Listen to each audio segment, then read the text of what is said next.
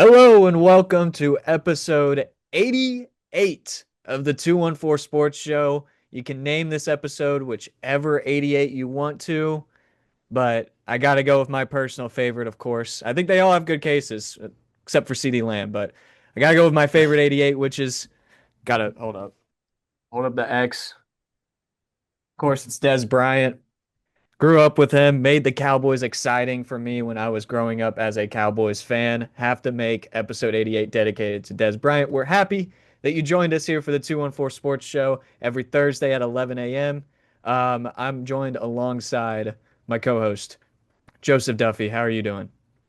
I'm doing it good, TJ. Glad to be back on the podcast for episode 88. And yeah, I mean, I don't know who you choose really for number 88, the legacy that it has at in the Cowboys' illustrious NFL history, but I understand because it's the one we grew up with the most, and that really formed our Cowboys fandom Oh yeah, alongside Tony Romo and DeMarco Murray, Dez Bryant, which he caught the ball in 2014. He caught the ball. So absolutely yeah, agree with I that. agree completely with this pick to Yeah, have the and Dez Bryant so episode. we got a special Dez Bryant episode, I guess. Episode 88, we're going to have Cowboys reporter Tommy Yarrish, a good friend of ours that we met at the University of Texas at Austin. Going to have him come on and talk a little bit about the Cowboys, talk about the Jets game, preview the Carolina Panthers game, and then also just talk a little bit about maybe the rumors that's been circulating, maybe that the Cowboys might look into trading for a defensive player to bolster that lineup a little bit. But we have that. We'll also talk, of course, Dallas Stars. They're starting their regular season tonight with a trip to Winnipeg. Hopefully, it's of course a W. I'm super stoked for the Dallas Stars season. Hopefully, it is not a Western Conference Finals loss again this season. But hey, if it is, that's still impressive than the majority of teams. So got to take the W's where you can. But anyways, we're going to start off with on today's date. This started 10 years ago, October 9th, 2015. The Texas Rangers in the ALDS against the Toronto Blue Jays, who are currently in a playoff battle with the New York Yankees. The Rangers win the game 6-4 in Toronto, make it a 2-0 lead. They take the lead in the top of the 14th. The Rangers had Hanser Alberto be the hero for game two against the Toronto Blue Jays. Of course, we don't need to talk about how this series ended. That's how the series ended, of course. I mean, Yeah, nothing else happened. Hanser Alberto, he ended up getting an RBI single, making it 5-4. I think Delino DeShields then gets an RBI single the next at bat to make it 6-4, and then the series ends. The Yeah, series just rest ends. is Rangers history. Yeah, go up 2-0 and go to the ALCS. I don't know what else to say. nothing Totally did not else. have three extra games in that series, but Yeah, for sure. I don't know if you remember that game. That was mayhem. It was. Hanser Alberto, Rangers, Orioles legend. I remember exactly when Alberto left. I think a season or two after he led the league in hits or something, was hitting like 315. But yeah, he was going crazy when he left Arlington. So that 2015 team, which by the way has had the White Sox manager now. It's kind of weird how long that was ago, but what a collapse as we were kind of alluding to in 2015. It's a shame that that team was up 2-0 on that old Blue Jays field. They used to have infield turf. It looked like the dish at Rogers Center, but now it's completely different in Toronto. And let's see, who knows if they find a way to have a decisive game five going against the New York Yankees. Yeah, yeah. Very interesting series. The MLB playoffs has been on fire. It just makes me itch. It makes me itch to have the Rangers back in that playoffs, man. It's feels like forever ago now. But anyways, let's get right into episode 88. We're gonna start off with an interview that we had. I guess not really an interview. It's more of just a talk with our old pal Tommy Yarrish. So we're gonna have him join the show right now, and we'll see you in a minute. And welcome back to the 214 Sports Show again, episode 88. We are joined by one special individual. I'd like to call him Tommy Yarrish, Cowboys reporter. Again, met him at the University of Texas at Austin, where all three of us good old pals, and good to see you again, or I guess good to hear from you again, Tommy. But yeah, just tell us how tell us how you're doing, man. Well, it's great to be on with you guys again. Jordan coming on earlier in the year. Missed both you guys dearly.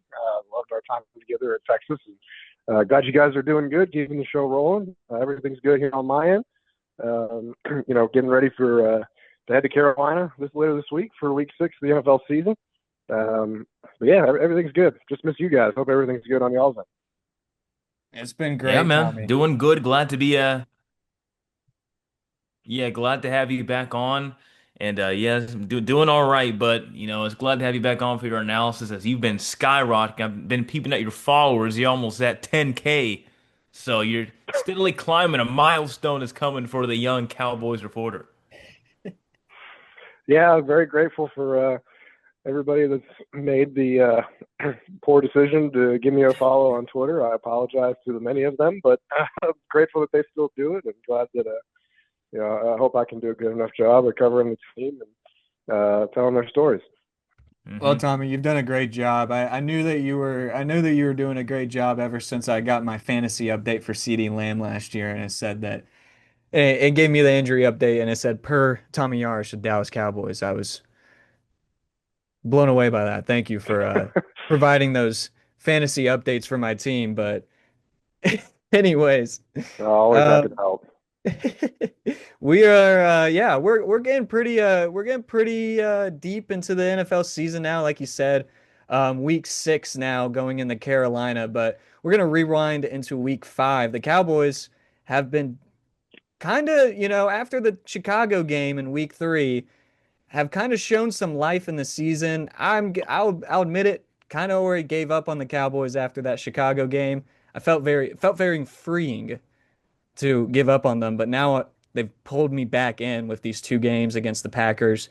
Of course, they didn't come out with a win there, but still played really well all 4 quarters.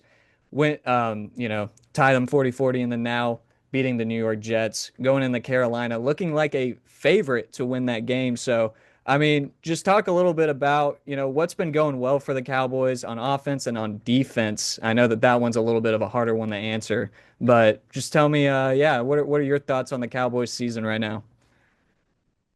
Yeah, it's interesting because you mentioned that Week 3 Chicago game, and that kind of changed my thought process on the season too. Of just like, okay, where is this team really at? But then they come out the next week and do what they did against Green Bay, and a lot of it is, frankly, we're still too early in the season. I don't really know what version of this Cowboys team you're going to get week to week. It's hard to find, the constants of it. I'll say on offense, what's helping them out and what's keeping them in games is Dak Prescott. I think that, he's playing at arguably the best level that he's ever played at.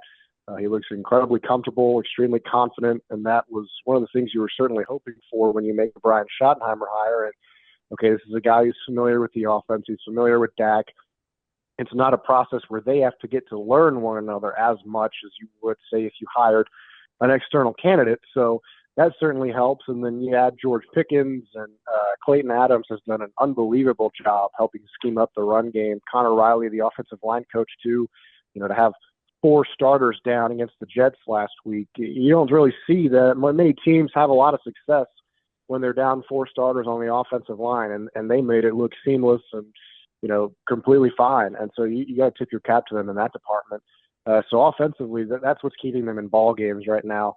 What's not keeping them in ball games is the defense. This is a unit that has looked very poor for a majority of the season. I think they started to find a little bit of rhythm against the Jets last week, but they also had a banged up offensive line. They've got two young guys at tackle, and then Justin Fields, who can sometimes hold the ball for a little bit too long, and sometimes is a little bit indecisive in what he can do throwing the football. So it was promising nonetheless to see them get 5 sacks, and they're going up against a Carolina team later this week that they've had 13 sacks in the last 2 meetings against Bryce Young. They had, I think it was 7 and 23 and 6 last year and 24 against the Panthers. So they could very well carry over some of that success. But overall, really, their pass rush up until last week had been more or less non-existent. And it affected them on the back end. Their secondary really struggled. They had some communication issues in the secondary too, and that led to some big plays. Russell Wilson kind of turned back the clock on him in week 2, and then you see what happens with him. And Caleb Williams has a really good day against him too. So they're still putting the pieces together defensively, but they're confident that they've got the pieces to do it. Now it's just a matter of, can they go out and execute? This is going to be a pretty big stretch these next 4 weeks because they're still banged up, and the back half of the schedule after the bye is really difficult. I was going Yeah. to ask you, yeah, for sure. And, that was a really thorough answer. I want to ask you about we talk a lot about Dak Prescott, him really finding a way to play this MVP level he has the past few weeks, and so far in the 2025 season, defense hasn't really been helping him out so far this year. They did better against the Jets, if you want to look at it as better, like you were saying. Talked about Javonte Williams as well in this rush attack.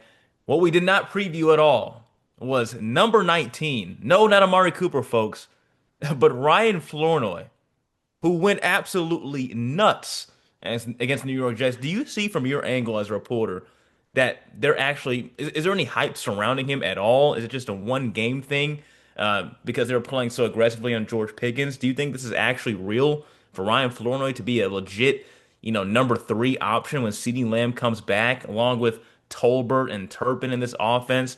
Or do you think this is just a one off game? Well, it was funny because they asked Jerry Jones if it reminded him of the Miles Austin Miles game when he Austin, yeah. went nuts.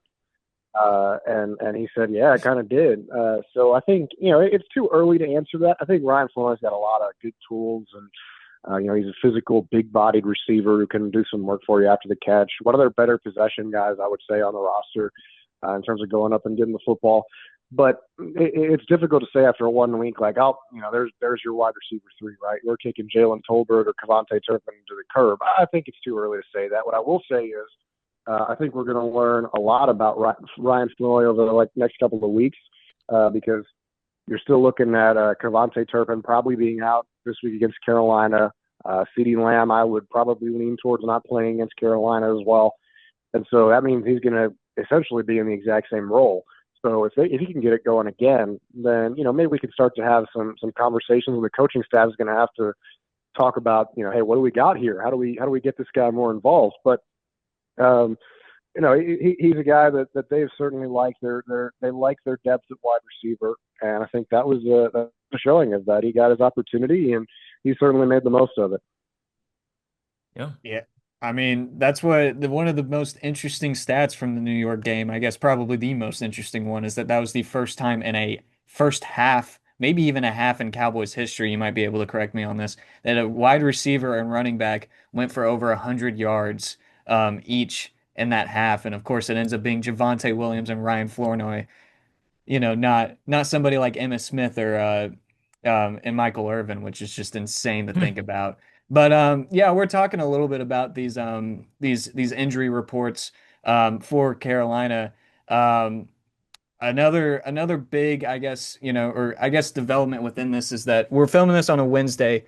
All three Tylers of the offensive line, are kind of in limited play. Tyler Booker did not even play in Wednesday practice. I mean, what's your general confidence, I guess, in like these players, these three linemen playing in Carolina or at Carolina? Sorry. Sure, good. I would lean towards Booker not playing. He had the high ankle sprain a couple of weeks ago, and the fact that he is even back on the practice field, we saw him on the courts today for the first time this quickly, is frankly unbelievable. Very, very rarely do you see guys like that recover so quickly. So I think he's really more day to day is what I've been hearing, but probably would lean towards him being out this week. And then Guyton and Smith, I would think you get at least one of them back on Sunday. Tyler Guyton, still dealing with the concussion and the protocol and things like that. And then Tyler Smith's knee stuff, which isn't supposed to be anything severe, something he's been dealing with since the off season. More really just a level of comfort for him. But both of them getting back out in a limited capacity today is, a step in the right direction. But they're still going to be banged up for, excuse me, a couple more weeks on the offensive line. But even if you're able to get one more starter back, that will certainly help you. And the way that your depth pieces played last week, you can feel a little bit more confident that, hey, maybe we can, hold on until we get healthy here and lean on these guys who are playing well for us. Yeah, I mean Carolina, I guess, isn't really known for having a big pass rush, but you always want to be caution on the safer side, especially with somebody with a concussion, obviously, with concussion protocol. Last thing that I want to kind of bring up for the Dallas Cowboys is, of course, there's been kind of, Jerry kind of went on the, Jerry kind of went on the radio this morning, Wednesday morning, that is, and talked about maybe potentially talking about trading for a defensive player. I know that I'm not sure actually what he said. I just heard that he was on the radio. What are your thoughts on kind of the Cowboys looking at trading for a defensive player? We talked about it already, of course. They have been terrible. Not, I don't want to say terrible, but been pretty bad this season. So, I mean, what do you think about that? It's certainly on the table. I think that Jerry has said from the jump that they're open for business. But ultimately, it's gonna have to be the right player and the right price. This is a team that's got they got two future first round picks for the Micah Parsons trade. They're going to be smart with how they utilize those. I think this plan of win now and compete in the future. I think they're trying to maximize Dak Prescott's window, and that certainly makes sense with where he's at contractually and where the roster is at right now. So I think it's just going to be. Jerry's always said, we don't pick up the phone first. They usually are the ones to get the calls. And here in the next couple of weeks, you'll see teams kind of. You already saw it with the Joe Flacco trade the other day. Is teams will start getting to a point in their season where they're recognizing, hey, we need this piece, or we're probably not going to have a great year. We can try and offload this piece and think towards the future. So it kind of has these next couple of games go along and teams start to settle into the reality for their season. I think is going to determine what kind of a move the Cowboys will make and whether or not they'll end up making one. But if it would shock me at all if they were involved in some things or on the phone lines at some point, absolutely not. All right. I mean, yeah, that makes complete sense. I mean, if the Cowboys don't do something about this defense, I think we're gonna have to put number 99 Joseph Duffey out there. See what happens. Hey, he got comp to Aaron Donald come out of high school. Yeah, So for sure. Wore his if sleeves like the him pad too. Yeah. If it wasn't for the knee if the injury, pads right? still fit, I'm sure they'll have a spot for you. Just gotta dust off the cobweb. Just blow it off right there. Get ready to put back on the cleats. Well, thank you, Tommy, very much for joining the 214 Sports Show again. It is a pleasure to have you on at any point. But before you go, I do want to, give you a quick shout out. Do you want to, talk about where to follow you, where to look for your content and stuff real quick? Yeah, sure. After you subscribe to the 214 Sports Show, I'm over at DallasCowboys.com. We got a great team over there covering the Cowboys for you from inside the building. Really, really happy to work with those guys. We'll have you covered there. And then I'm on Twitter at Tommy_Yarrish. So go ahead and keep up there. And road to 10K, still going strong, I guess. But yeah, make sure you subscribe and like the 214 Sports Show. I appreciate you guys having me on. Yeah. Of course. Just Thank want to you. say, disclaimer, we did not pay him to say that, by the way. This is free advertisement right here. But That direct again, deposit will be hitting. I promise, Yarosh. Give it 24 hours. Say less. Say less. All $2. all 2 cents, really. All right. Thank you very much, Tommy. We really appreciate you coming on again.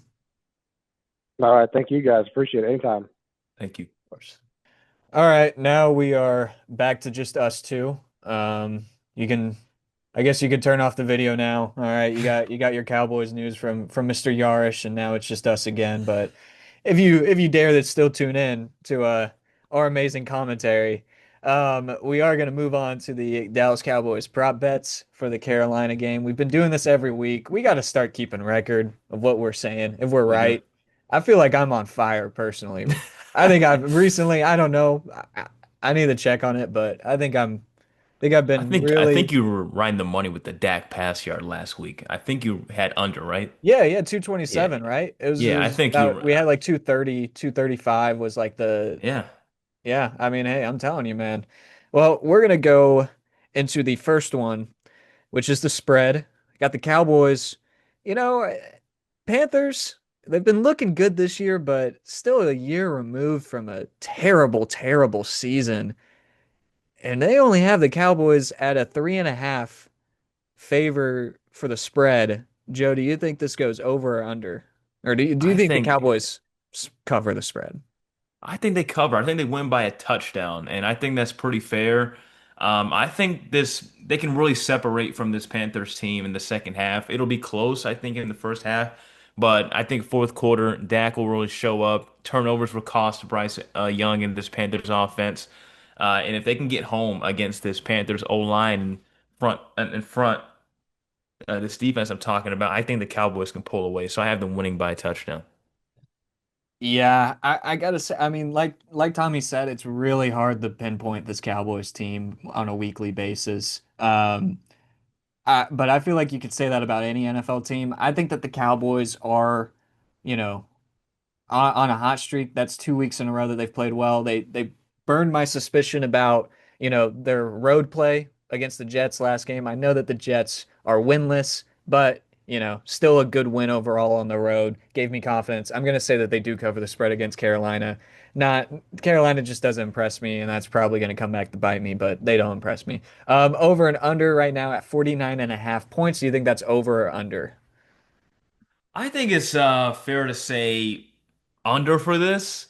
I don't think this will be a high scoring affair for some reason. Um, Not to say that Dallas can't score a lot of points here, but I don't know if Carolina will score enough. I think this Cowboys defense can possibly figure some things out in this game. That garbage time touchdown with the Jets, I don't know if I really count that too much. This game was really a blowout for the first 3.5 quarters. I think that this Cowboys defense can possibly start playing hot, as you were saying, and get better. I think the Cowboys can win this game by putting up 30 plus points. I had them winning by at least a touchdown, so I'm gonna have this be over for sure and over under. Okay, all right. I'm gonna go over as well. I'm just gonna Oh, did I say did I say under or over? you said under. You said Yeah, under at under. the first and My now. bad. Under Oh, initially. okay. Under. Okay. Sorry. Okay. You know what? I Gotta clear then that up I before I guess get I guess we exposed. disagree then because I'm gonna go over. Um yeah, I mean the Cowboys right now. I think that they're just playing really well. I mean, you're talking about the kind of the low scoring game against New York last game, but still 37 points for the Cowboys. They had 30 going into the fourth quarter. I'm gonna go with over on this. I think the Cowboys go over 30 points. I think the Panthers, regardless of if it's late or as in the second quarter, the third quarter, whatever, I think they eventually reach 20 points with this defense. I've yet to see the Cowboys put anyone under 20 points. And if my math is correct, 30 plus 20 is at least 50 points. So I'm going to go over here. Next one, we're going to move on to Dak Prescott. Throwing yards right now set at 245.5 yards. I believe he's number one in passing yards in the NFL right now, correct? Yep, for sure. And I'm gonna go with Dak going over. I was not expecting him to be under that probably had last week. I think he goes over here against his Panthers defense. If this was the Panthers defense 2 years ago, I would say he's under. But since Steve Wilkes has left, this defensive unit has not nearly been as good, in my opinion. They're still hovering near top 10. But as far as yards given up, I think Dak can surpass that, and maybe Javonte Williams slows down a little bit in the run game. I think Dak will be over this mark for sure. I'm gonna agree with you. I'm gonna say that he goes over 245. I think this one's gonna be, I could see him going for almost 300 yards, like you said. I think that the pass defense for Carolina isn't too impressive. Dak is on fire recently. He's been efficient. I think that he keeps that streak up. This time he's gonna have some big explosive plays. And yeah, I'll go over with him. Next one, George Pickens at 65.5 receiving yards.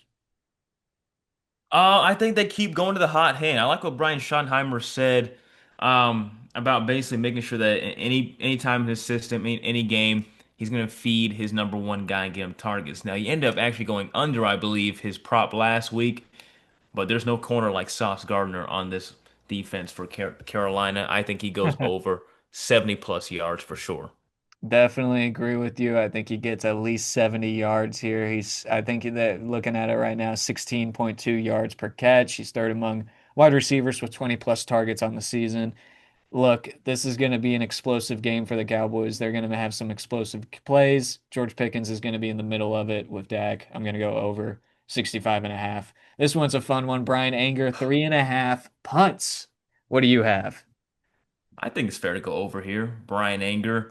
It's weird we haven't really been talking much about the punt game. I don't think he's had a terrible year at all. I don't think he's had a great year. You don't see him pinning anybody inside the five at all. I feel like I haven't seen that from Brian Anger in a minute, but I do think this offense will struggle for some reason in the first half, and for that reason, he'll be having at least close to that number, maybe possibly two or three punts in the first half. I think he'll go over this for sure.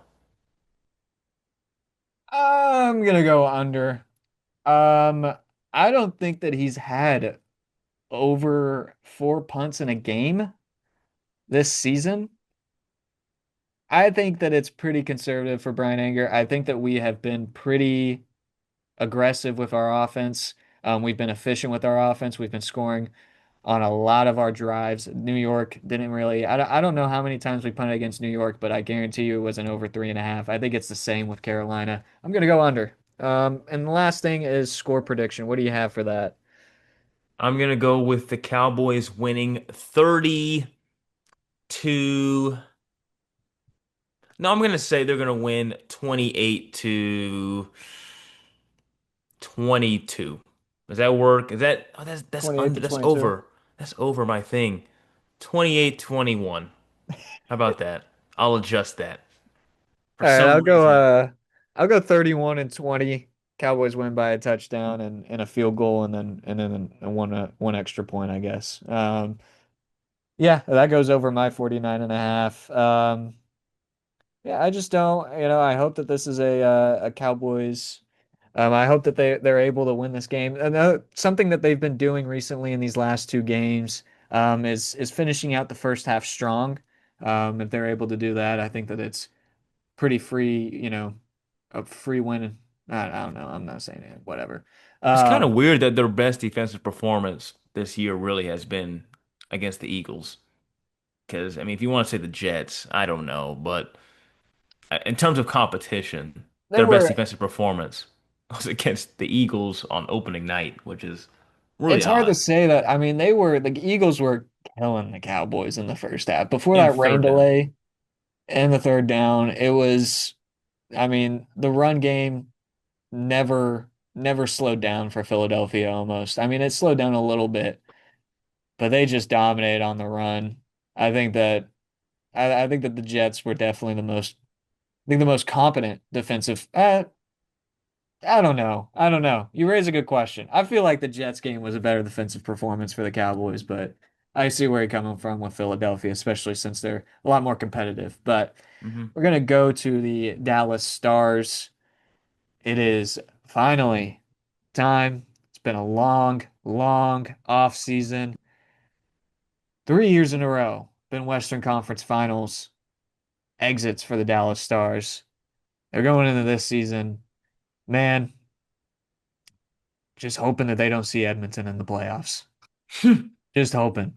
I'm hoping at least, but I mean, opening night tonight against the Winnipeg Jets. I'm excited for the season. Of course, I'm always excited for Dallas Stars hockey.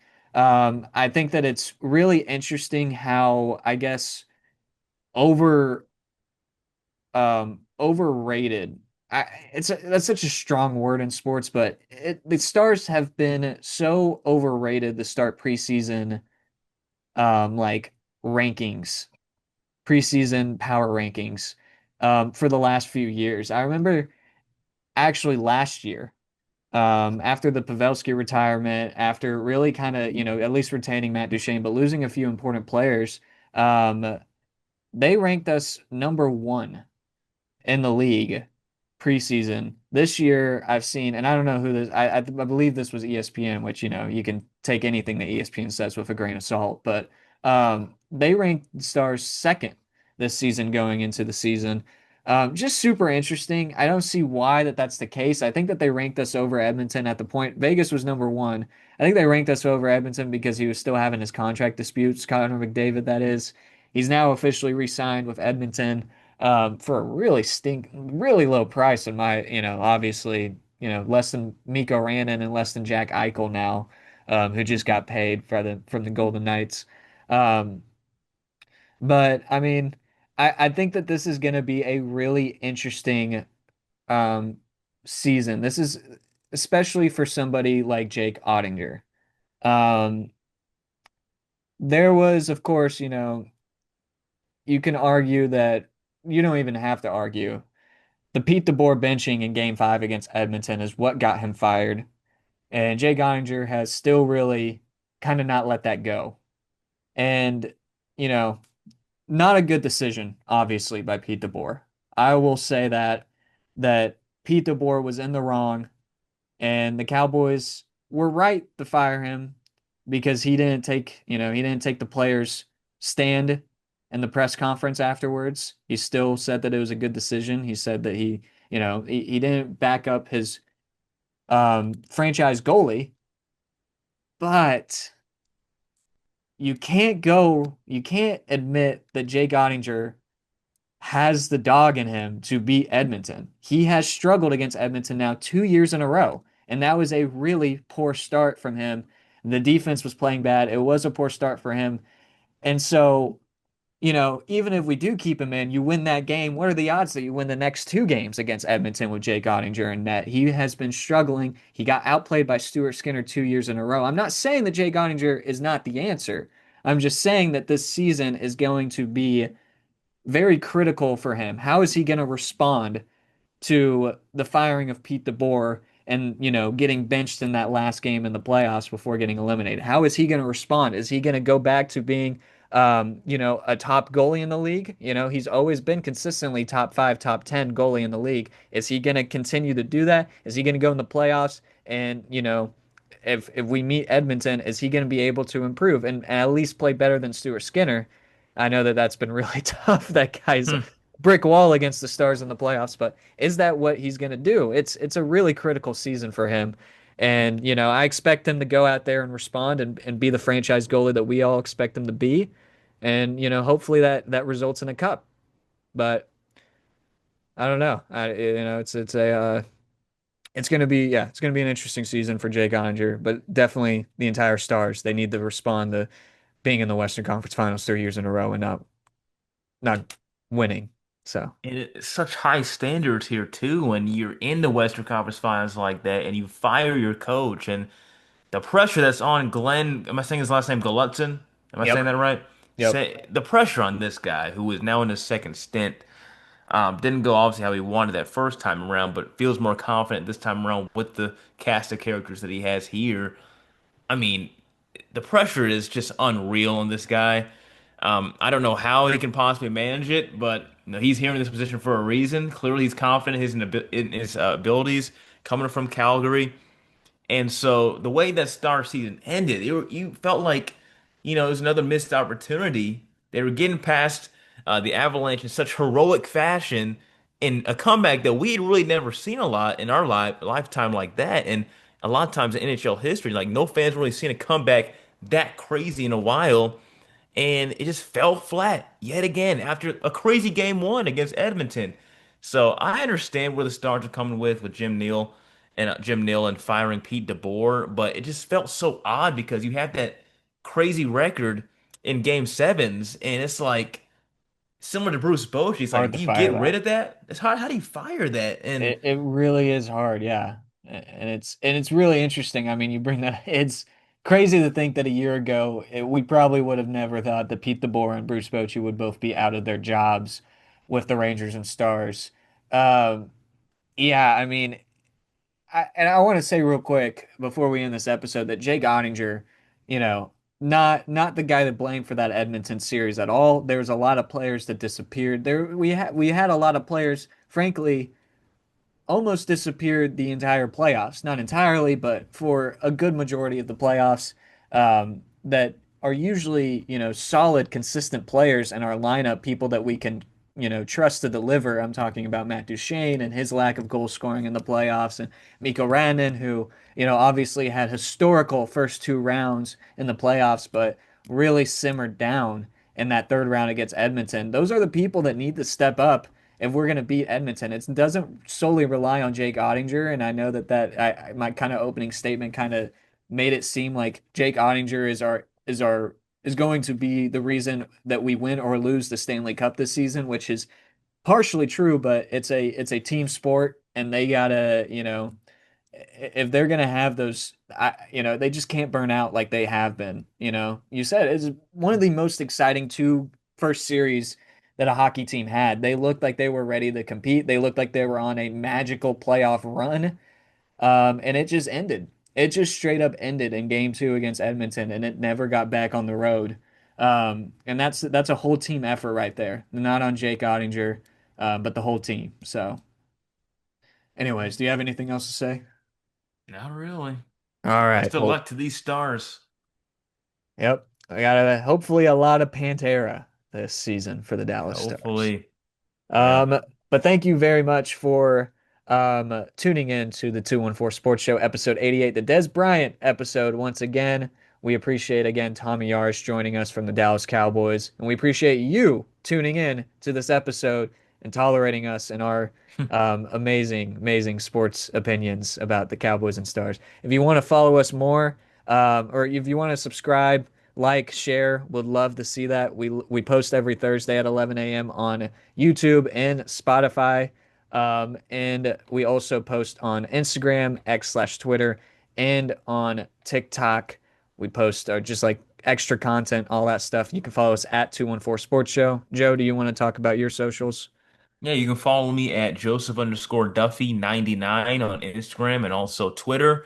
Again, at Joseph_Duffy99. You can follow me at JOE_Duffy on TikTok if you want. And you can follow me on X/Twitter at TJ_Krilowicz, and then on Instagram at TJ.Krilowicz. Once again, thank you very much for tuning in to episode 88. We'll see you next week on Thursday at 11 a.m. for episode 89.